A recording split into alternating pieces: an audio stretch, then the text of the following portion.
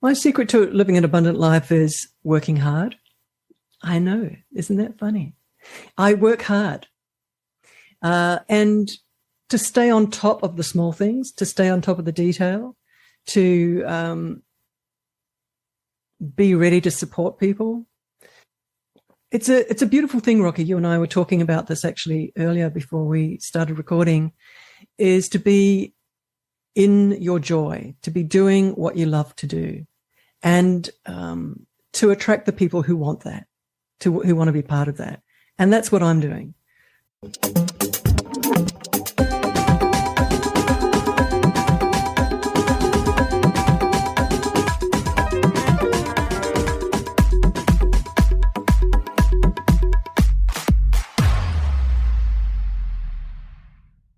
Imagine it's 12 months from now, and you've achieved your major life goals. How does it feel to be in the best shape of your life? To wake up energized, excited about the day, to have great relationships and friends who support you and propel you forward. How does it feel to have an excess of money, to be able to make the choices you want, to be fearless and open to trying new adventures? Imagine being connected to the universe and it providing everything you desire. It's possible over time, and your past does not dictate your future. The only thing holding you back from this vision is you. It's time to take control of our thoughts and use them to our advantage. Welcome to Richer Soul, where we achieve our dreams and bring balance to health, wealth, relationships, time, and spirituality. If you have not had a chance to listen to episodes 1 through 9, I encourage you to go back and listen to the framework behind Richer Soul and how to create the life of your dreams. You can also find all the show notes for this episode at richersoul.com. Today's quote comes from Ferdinand Foch. The most powerful weapon on earth is the human soul on fire. Is your soul on fire? Do you do what you love? Or do you feel like you're just going through the motions in life without a deeper sense of meaning and purpose? Our guest today says the secret to living a truly abundant and fulfilled life is uncovering your soul's true calling. It's not easy to do. It takes work and effort and a good bit of self-inflection that a lot of people don't seem to want to do. Alicia Power is a spiritual teacher and author with over 40 years of experience communicating with the spirit realms. She believes we all have an inner silent witness that holds the key to unlocking our soul's desires, creativity, and unique contributions to the world. She's going to share simple but profound daily practices we can use to connect with that wise part of ourselves. Things like taking time to appreciate beauty, visualize our mortality, and have imaginary dialogues with our soul. She explains how making this soul connection allows us to live and work in alignment with our highest purpose and passion. And that's what I love to do. Let's meet our guest. Welcome to Richer Soul, Alicia Power. It's great to have you join us today. Well, thank you, Rocky. I'm just absolutely delighted. Thank you for having me. Can't wait for our conversation today. Neither can I. I'm excited to learn from you today. Let's start at the beginning. What was it like when you were growing up, and how much did your family and school teach you about money? My parents were immigrants from Europe after the war, and I was living in New Zealand, long way away from Europe. So after the war, they were very tired of all that, and they tried to get away from it as far as they could. So they immigrated to New Zealand. And so we grew up, in a family that didn't have a lot of money, lots of kids, six children, and a lot of love, a lot of happiness, a lot of classical music, a lot of going to the opera, a lot of the arts, and just a very rich family life, basically. I was very lucky. I had parents who were very stable and grounded, had gone through a lot in their lives already, goodness gracious me, and then started again, right, in another country. And so what I learned about money, what I learned basically is that love and warmth of character and warmth of the heart was my bedrock, was my base for my life. And I never felt that like we didn't have enough money. We had everything we wanted or we needed. We had classical music classes and excursions, and we were going on picnics all the time. It was just a very rich family life. So I didn't grow up with any kind of a framework that money was lacking. And however, I was the only girl in a family of 5 boys. So I wasn't kind of regarded, interestingly, I wasn't regarded as someone who was going to get into business or anything like that. It was just, I was the girl, right? And all the guys got on with their professions and got professional and did really well in business. So I was kind of left to my own devices to kind of figure out money and figure out business. But I went to university at the age of 18, and I had this very deep longing for inner stillness, actually, at the age of 18. I think it was because of that rumble and tumble of like huge family and lots of children and just noise. And a part of me was going, oh my God, I've just got to find a place inside of myself where I'm quiet in my mind. And I jumped into English literature, into political science, into economics in university. But really what the main outcome of those years at university was, first of all, a boyfriend who was meditating. And for me, that was a lifeline. I just went, right, I'm going to start learning how to meditate. And as soon as I got the meditation techniques, I jumped deeply into those and just found that quiet mental space. I wasn't very long with that boyfriend and left home, I think it was about 17, 18, and then met another person who was part of the household, or a student household that I was living with, and he was part of that. And he introduced me to another meditation system where they were following an amazing, powerful spiritual teacher from India. And I was instantly interested in that, very, very deeply interested in that. And these were 5,000-year-old meditation techniques, an ancient lineage of initiation into going very deep into these inner states. So I was like a fish to water. There was something in me that was just so hugely, you can hear that I'm so different to my family.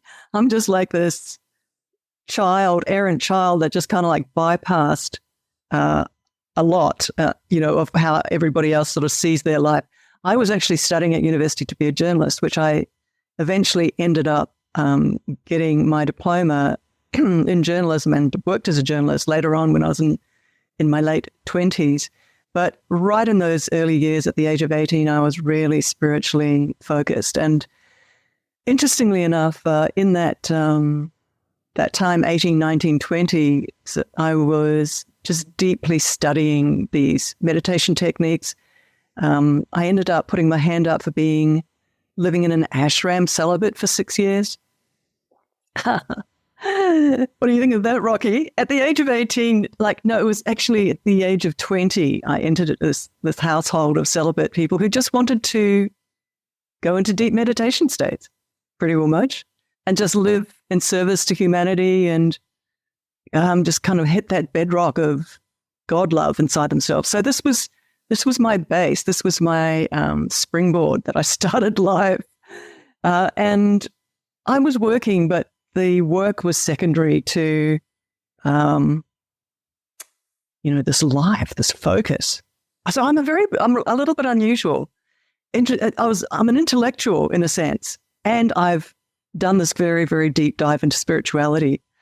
So after 16 years, I was 6 years in an ashram in this kind of household, this dedicated household, jumped out of that household but kept living that kind of focused life, was living with a partner, and ended up getting married, I think, around about the age of 30, 31, 32, and pulled away from that whole meditation system and opened up my inner psychic abilities. I opened up my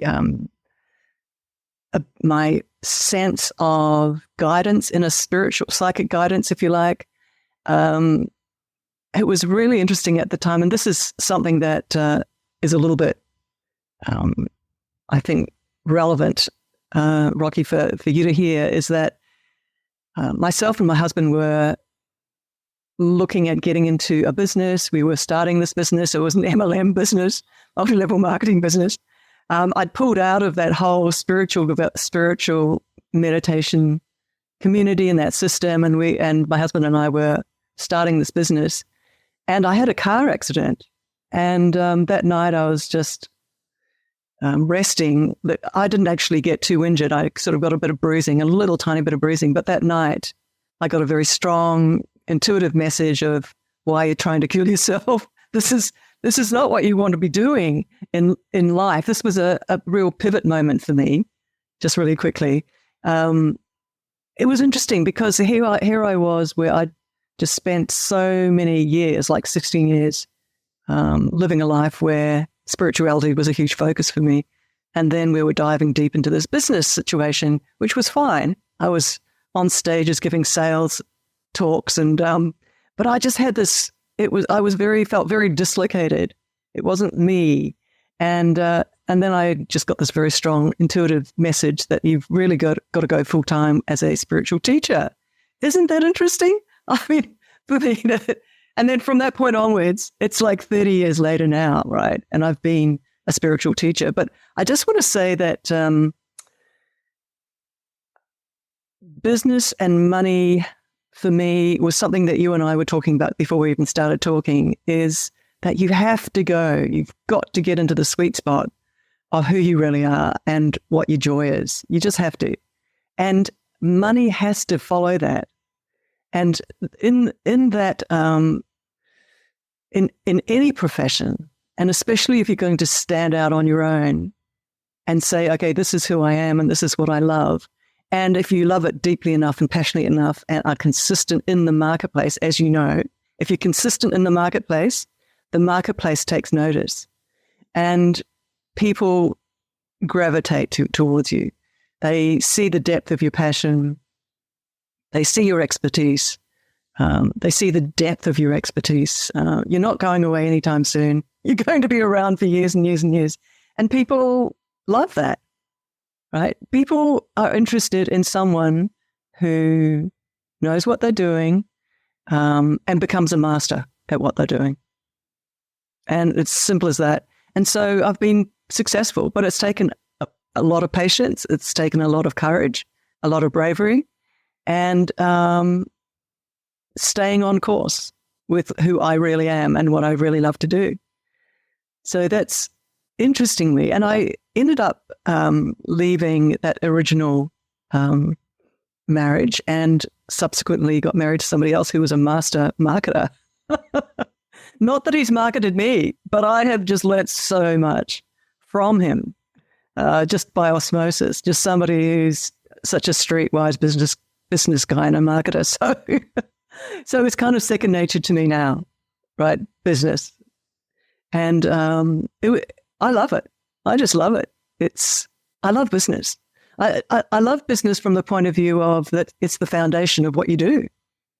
It's the foundation of who you are. What I mean by that is that it's the foundational structure of how you present to the world. So, yeah, no, I love it. I've had an online presence and an online business for 15 years now, 15, 16 years. So I started early and learned early. Out of curiosity, what was the Indian teacher that you were following way back when? He's called Prem Pal Singh Rawat. Okay. I wasn't sure if it was something I had heard of, and it wasn't. So I just wanted to check and see. It's funny, though, because when I look at MLM organizations, to me, they're almost like a religion, Yeah. But it's them that's the religion. And you have to buy into their religion, and that's all you're allowed to talk about and nothing else. And, after a while, you lose all your friends, but, that's a choice you make, right? How does somebody who's so spiritually aligned then end up with somebody who's like a marketer and a business person? And like, how does that all fit together? Because it's not what we would think about. I love opening this topic for your audience too. And that is that everybody is a powerful soul. Everybody, all of us are, all of you guys that are listening, you are powerful souls. You're, excuse me, sometimes in leadership, in your business role. You've got responsibilities. You take on those responsibilities. You learn how to lead. You learn how to teach. And you contribute. You contribute to society, to your community, to your employees. And that is a soulful position. That's a commitment you make. And it's sometimes in those positions. And so whatever you do, you may as well enjoy it, right? If you're an employee, you can plug into a higher vision of your employer. And you want to contribute to that. So we as souls love a vision for a start, if someone's got a vision, or if you as an employer have a vision. And what I'm trying to say is that the soul that you are wants to plug into something meaningful because the soul wants to create meaning in its life. So when I'm talking about the soul, I mean the driver of the car, the you that's looking out of your eyes, the silent witness behind your eyes that's looking out.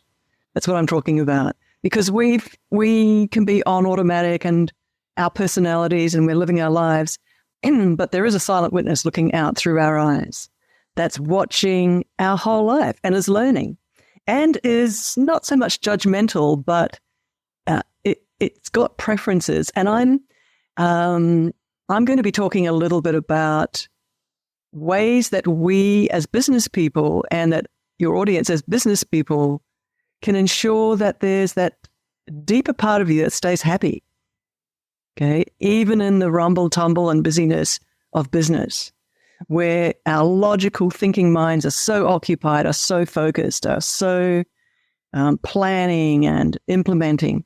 But deep inside of us, at the end of the day, I mean, maybe we've contributed a lot throughout the day. At the end of the day, something is watching those days click past. Those suns keep coming up and keep going down, right? And it's, the days and the weeks are going past, and there's something that's wanting, that can get a bit dry. It's like thirsty, dry, like a dry mouth. It's not getting something. So whether you want me to talk about it right now or you asked me about my husband, but I'm getting into this whole thing about the soul and what's looking out of its eyes and its needs, because it's got needs. And I'm going to talk, and it's called life fulfillment. So how do we tap into that? You're in a different country on the other side of the world. I would say in America, most people are on autopilot. Mm-hmm. They're not listening to themselves. They're too busy focused on somebody else or something else or some social media. So how do we turn all that off? Turn off, because you talked about it even earlier, turn off the noise, find the quiet, and get in alignment with who we were meant to be. And I say that in a specific way like that because I think too often we're chasing somebody we think we want to be and not chasing who we are designed to be. Yeah. Two different focuses there. And the quiet part and then who am I meant to be part. There's two slightly different focuses there. I'm going to just jump into the satisfaction of the soul. And this is a very important thing because I'm going to give you guys a clue so that you end up at the end of your life looking back at your life going, okay, I added these tools into my days and I've become happier throughout those days. I've added soul fulfillment into my days. And this can be used, these tools, I'm just so simple. Many people have talked about them. We can hear about these tools and not use them and end up at the end of our life looking back going, it was a blur, right? Our life was a blur. It was busy. I did my best, but wasn't really happy. So I'm going to give you guys some tools to add happiness into your day, because these tools don't require anything other than attention. Okay, everyone? So if you are around people that you like, if you love your family, if you even enjoy the company of your fellow employees, this is a very, very important tool, everyone, and so simple, because these tools are ultimately simple. That's why I'm going to giving them to you, but it's important to bring them into your day. So practice loving someone. And guys, I know, you can go, oh, okay, no, that's too simple. That's boring. Everybody knows that. No, I'm from somebody who's been in spiritual mastery for 40 years. I'm going to let you guys know that this is what's going to make you happy through every day. It switches on the juice of happiness. So if you've got a puppy, if you've got something that you care about, if you've got an employee that you like, do something for someone. Tell them that you appreciate them. Actually do it. Actually do it, not just think about it. So go up to somebody and go, I so appreciate you. Gosh, you look great today. I really enjoy being around you. This is a giving moment where you're giving, but you're doing it actually for yourself. This is a selfish moment, even though you're giving. You are opening your heart. And that silent witness in you is like a thirsty animal, a thirsty bird, waiting for you to do something like this all day. Like in business, we get so tight-headed. Like, I don't know about everybody else, but my God, when I'm checking off those checklists of things to do and busy at my computer and creating funnels and sales pages and the detail, the minutiae, right? And you're so tight in your focus. And here I am talking about something completely different, because I'm talking about soul satisfaction and soul fulfillment. Honestly, guys, that silent witness inside of you needs love. And so when you give love, you get it. You're the one who feels it. So it's a juice. You switch on the juice. So that is a massive clue to add in as a spiritual practice into every day. And you're doing it for yourself. Go up to someone you love and hug them. Just for a moment, for no reason. That's tool 1, guys. That's huge. It's really big. It's important because that silent witness needs love. It's looking for it all the time. It's like a great big vacuum cleaner looking for love all the time, right through the day. Okay, here's the second one. The second one is you're in your car, you're in public transport, you're walking, you're at your desk, and you've got a window in front of you. And it's to just suddenly stop and just look at something. This is very, very important, everyone. It's really simple, but really important. And to just stop and take it in. Rocky, you were talking about everybody's just so busy that it's in a blur, you know. Everybody's exhausted at the end of the day, plop in front of the television. You know? Okay, so during the day, add these moments where you stop and you just look, and you just genuinely just look. And hopefully it's at something that's nature-based, something in nature, even at the sky. If you haven't got anything except buildings and the sky, look at the sky, right? And as you keep looking, you start quietening down. So it's a moment of focus. It's a moment of putting your attention on something, and it's of nature or of something you love. And just take it in. Stop all the focuses. Give this to yourself. I know, it's very counterintuitive, a bit crazy, but this is where you start adding in moments in your life that add up and start giving you a fulfilled life. These are moments of quote unquote reflection. These are moments of mental stillness. These are moments of where you're not required to think. I know there's so much required of us in this life, but there's This is like a holiday from your head. Really, genuinely. And just to be. And let yourself have these moments. Now, I'm somebody who teaches people about their spiritual guidance. That's my work. That's my business. And in a moment like that, where you just go quiet and you just stop thinking and you just reflect and you're just gazing exegically, right? Doing it very deliberately. In that moment, your creativity opens like a flower. Like a bigger part of you, bigger than your logic, opens up and lets in higher inspirational creativity and lateral thoughts. It's a very potent moment. And if you do it strategically, that's where you get a connection maybe inside of yourself to travel down a slightly different path or a different road, or to approach something differently at a different angle, a little bit,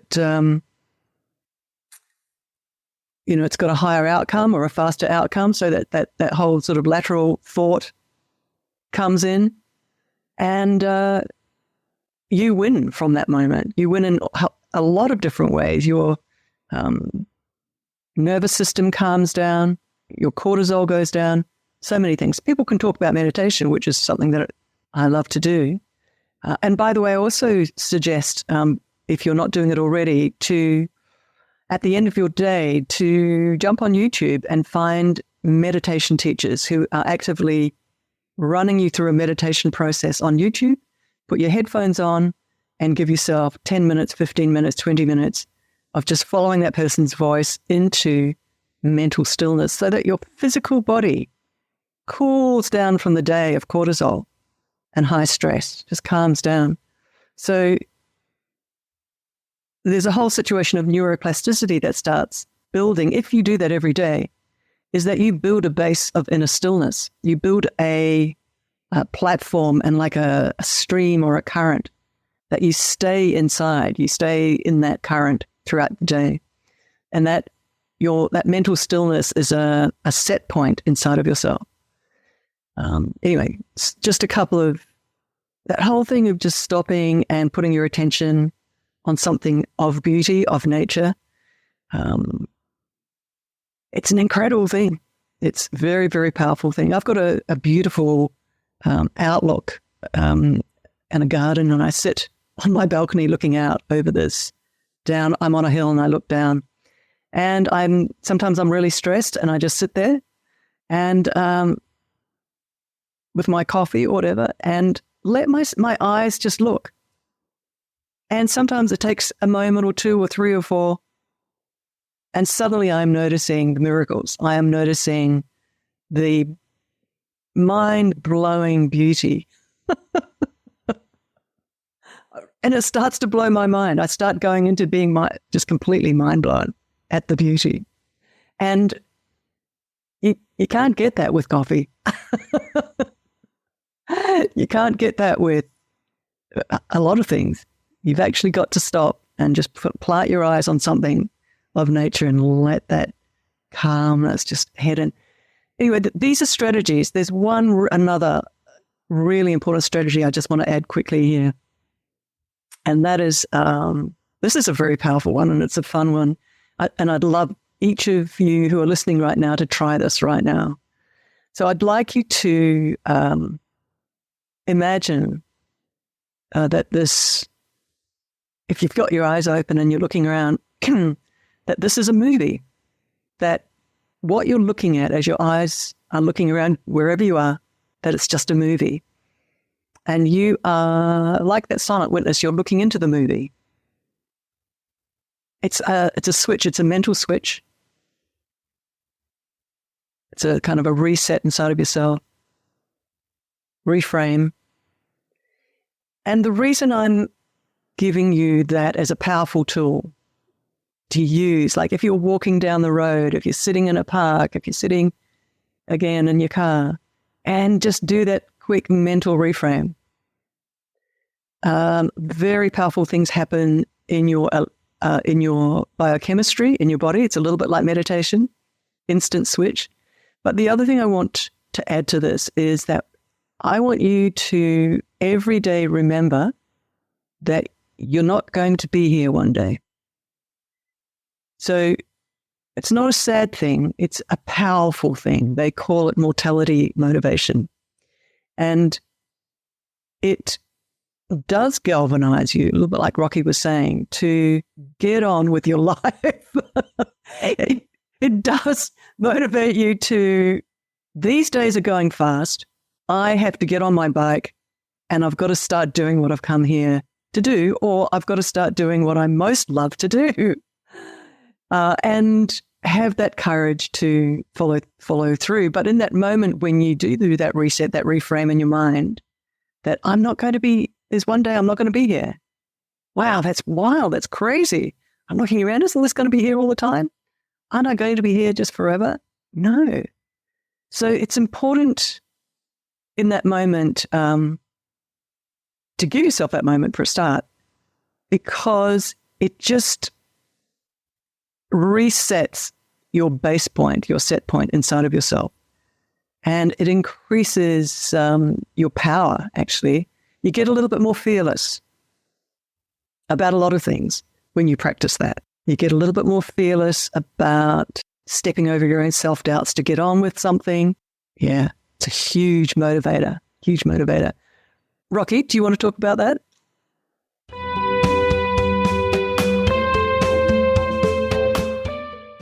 Today's episode is sponsored by Profit Answer Man Podcast. Did you know that most small business owners hate looking at their financials? It's one reason they may struggle with business success. The Profit Answer Man podcast helps them ensure they are profitable and can pay their employees and weather the storms we all have to face. It's built on the Profit First methodology of pay yourself first. The Profit Answer Man podcast is a must listen to for every small business owner and anyone who wants to help them survive and thrive. Check it out on your favorite listening platform.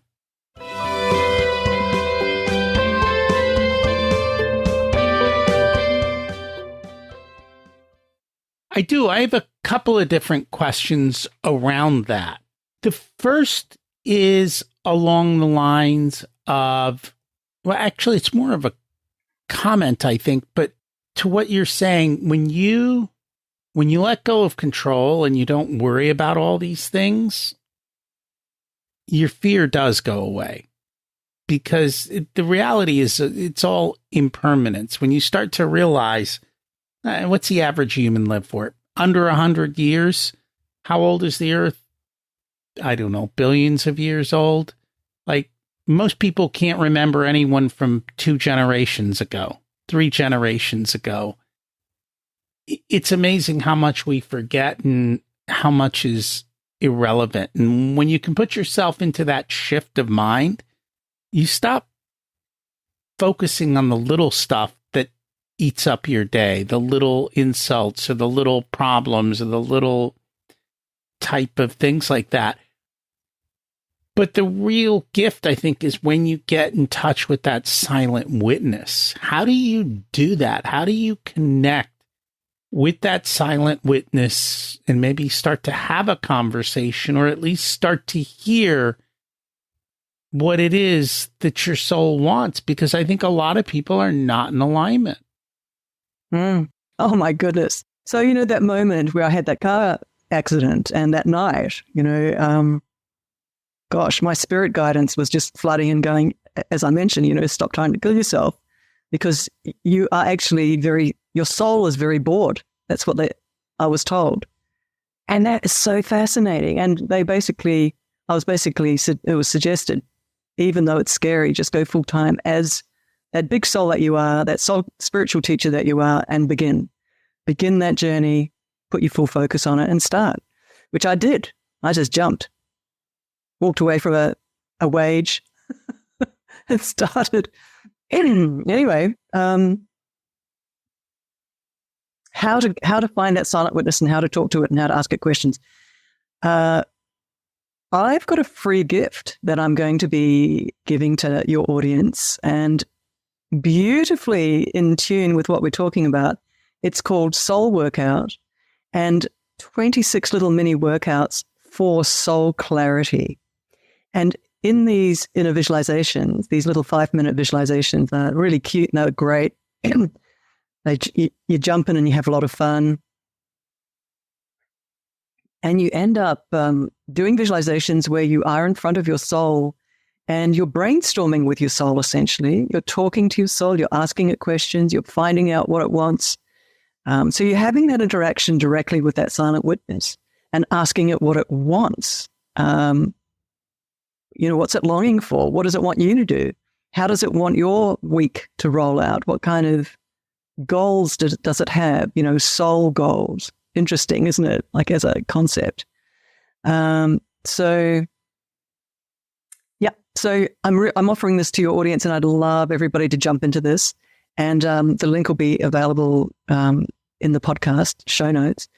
But that is how you find that silent witness, and that's how you dialogue with it, and that's how you begin to become mates with it and become friends with it. That silent witness. So where your logical mind has an opportunity to have a logical Q&A with your soul or with your silent witness. It's very important because very often that silent witness, that soul aspect of you that's looking out of your eyes, doesn't like what you're doing, isn't happy, or doesn't like how you're operating.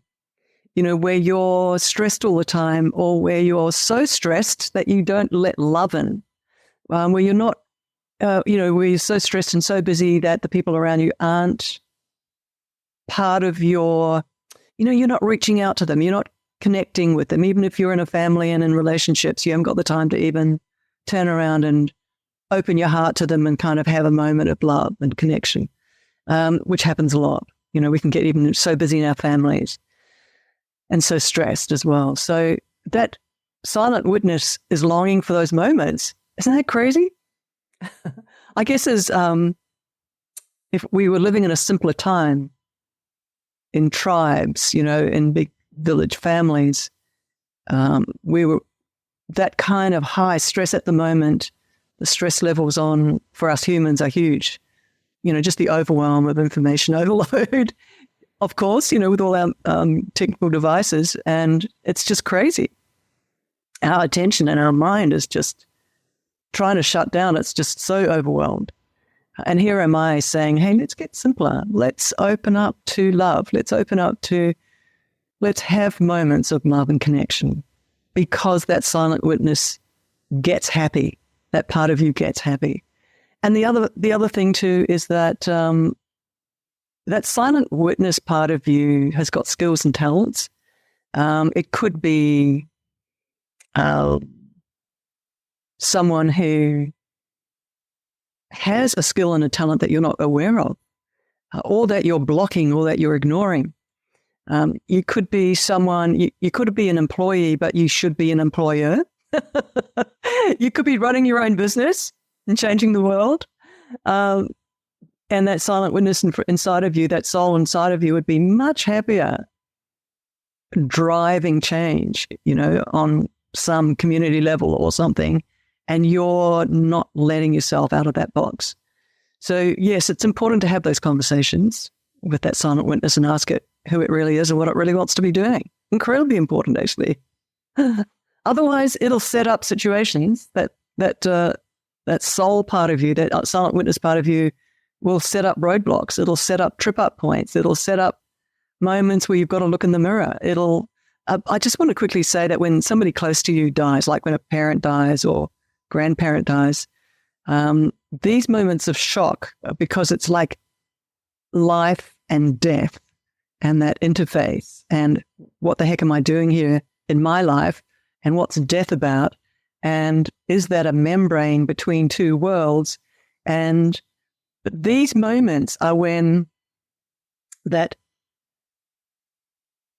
inner soul, that silent witness, wants to shake you so that you start turning around and looking at it and talking to it, because it's wanting you to be satisfied in this life. It wants you to be fulfilled in this life.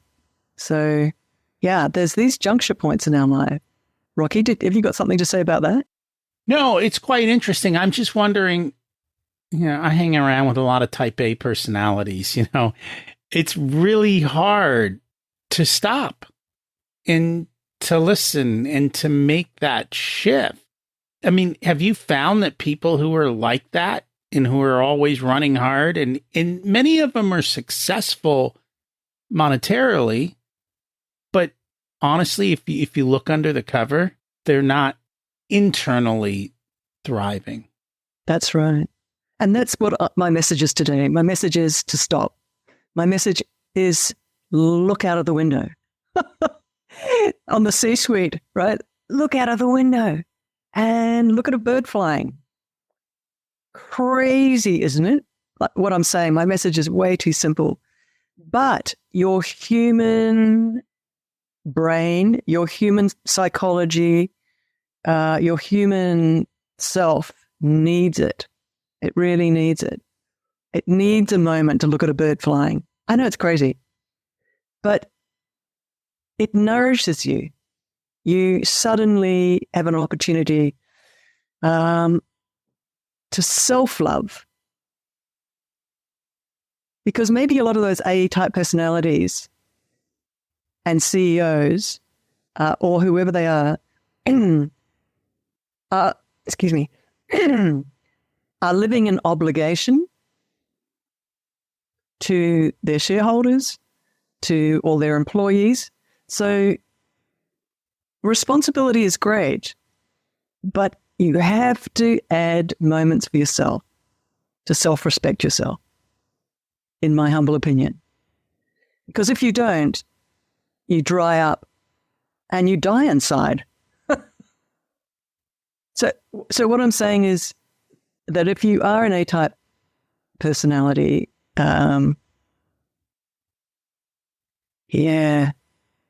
start studying the soft part of you.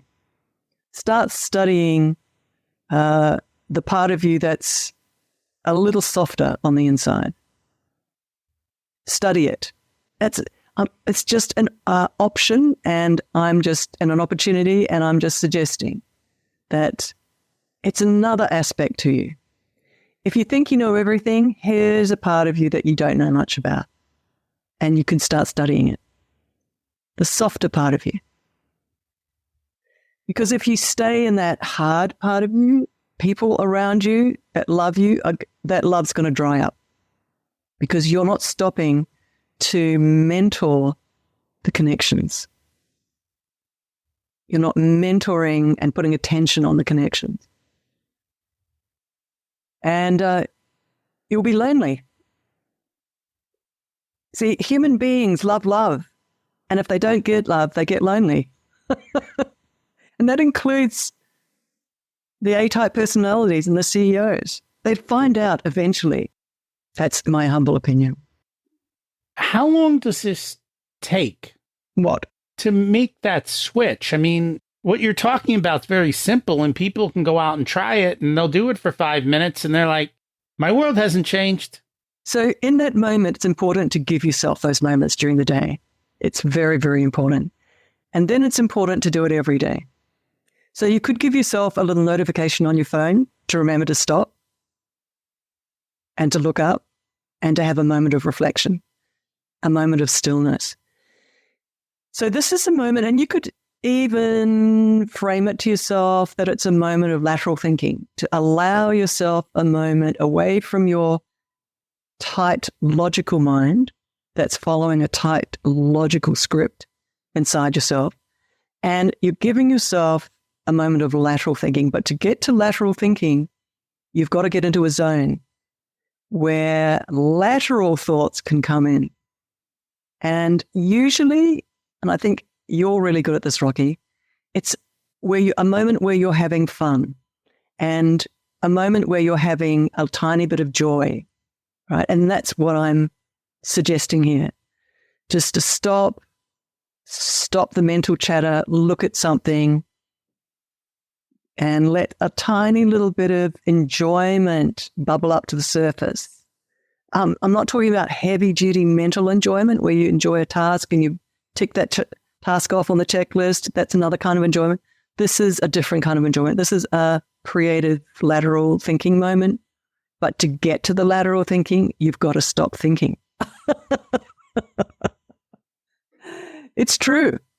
You've actually got to park your thinking mind on a shelf and stop thinking and plant your attention on something of beauty, because that feeds into a part of your brain that you're relaxing, opening like a flower, and then the lateral thoughts and the creative thoughts can come in, because the lateral and the creative thoughts come up from the unconscious, not from the tight little logical mind that follows the checklists. And to get there, and that's, if I'm going to give you a benefit for doing this, to get higher creative thoughts, I'll do it. But what you're actually doing is you're connecting actually deeper into that silent witness, into that soul self, actually in that moment.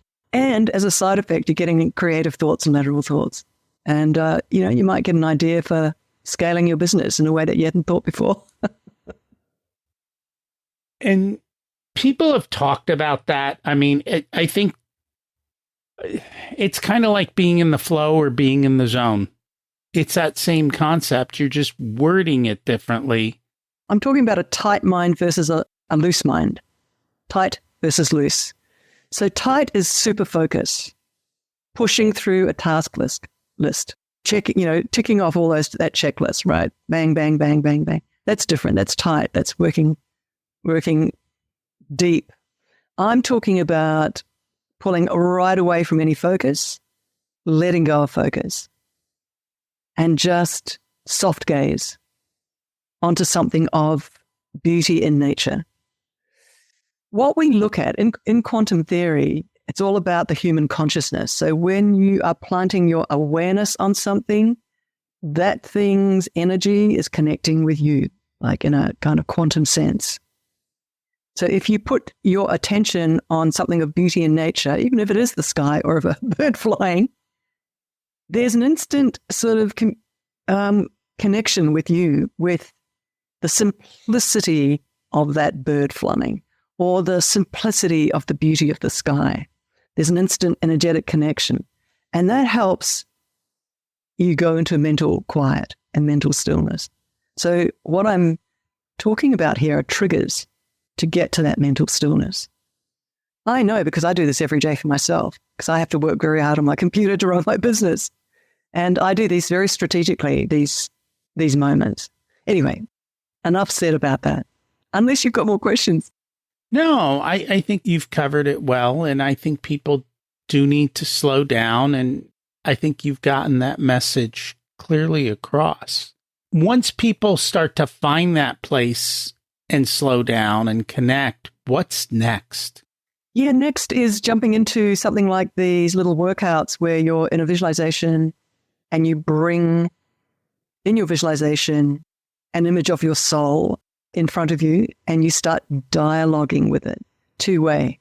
So you're actually asking a question and then getting information from that point of focus in your inner visualization. When we visualize, it's not just your imagination or just quote unquote visualization. You're actually stepping into your inner world, where your soul resides, where your silent witness resides. You're stepping into that world. And when you create a point of attention, point of focus for yourself inside that inner world, like in your mind's eye, you imagine your soul standing in front of you. Okay, that's a really quick inner visualization.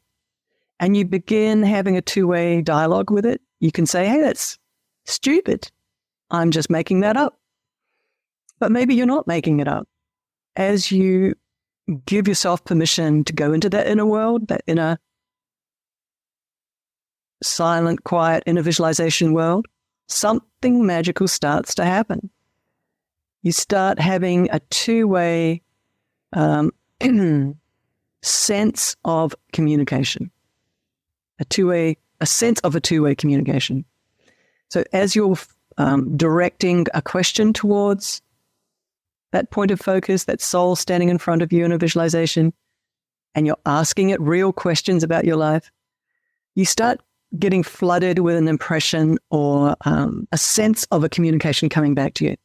It takes a little bit of practice, but it's worth it.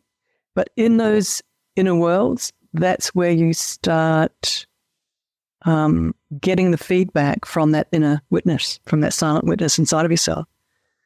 So that's the next step. The next step is to go into the inner world, in your inner world, and start having conversations with your silent witness. Beautiful. Everyone can do it. Anyone can do it at any moment. And the more you practice it, the more powerful it gets. So what do people come to you for? Like, you made this sound so easy, so we can all go do it, which just from personal experience is a little bit harder than that. But what are people coming to you for then? How do you help them? So I'm someone who has perfected or fine-tuned the ability to dialogue with parts of myself in the inner world, but also the worlds of spirit. I've learned how to do it. I'm not a medium, but I'm a spirit communicator. I'm a spirit communicator, and people come to me to learn from the messages from those realms of spirit that I pass on to them. And these aren't just one sentence messages. I have entire lectures. I just let the worlds of spirit talk through me, and they train people's spiritual development, which is quite fascinating.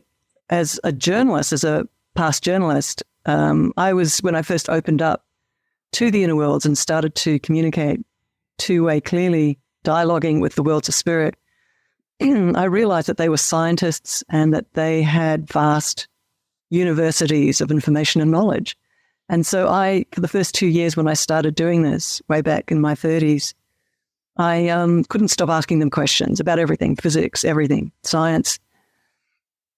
Excuse me. And I just loved the answers. The answers came back in detail.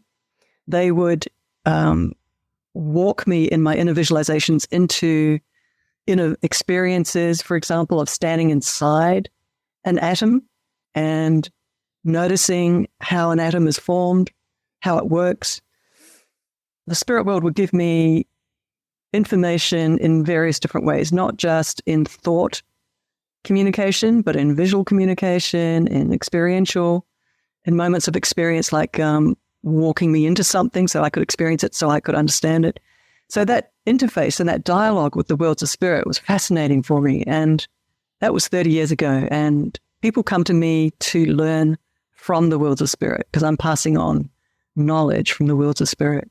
Often that knowledge and that training is to develop someone's spirituality so that they get more experienced and more advanced in their spirituality and get more meaning in their life. Just go deeper and deeper and deeper in this life purpose and in their life meaning, and evolve, just expand in their understanding of who they are and what their life's about. So, yeah, Rocky, that's what people come to me for. And I run live streams and live events. I take groups of people into inner visualizations and where they meet their spirit mentors, their spirit guidance, their spirit guides. And I teach them in those live moments to have two-way conversations with their spirit guides. And these are key moments because people can ask those questions about their silent witness, about their soul. So these are very pristine, high, love-filled moments. And they start getting deep recognition about what their soul really needs and how to fulfill their soul in this lifetime. And I think figuring that out and living in alignment in all areas of life is extremely important. And so having people figure that out and move forward is pretty cool.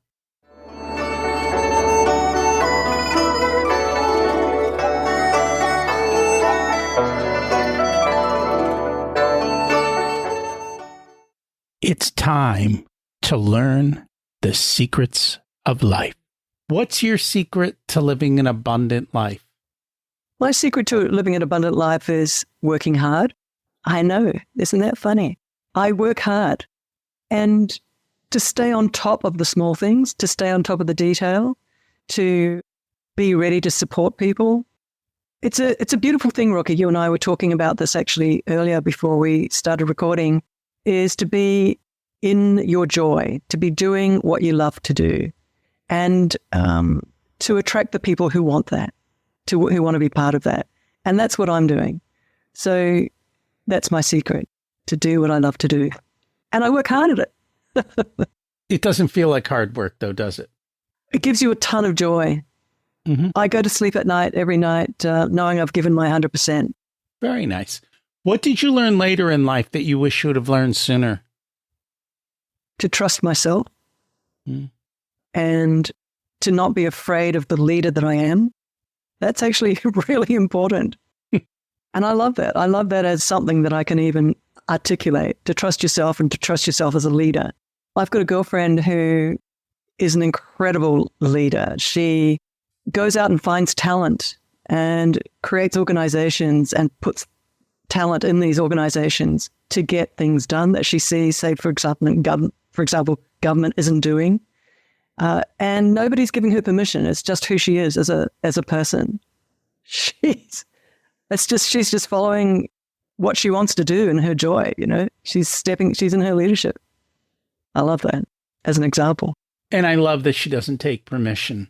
If you were to give an 18-year-old one specific piece of wisdom, what would it be?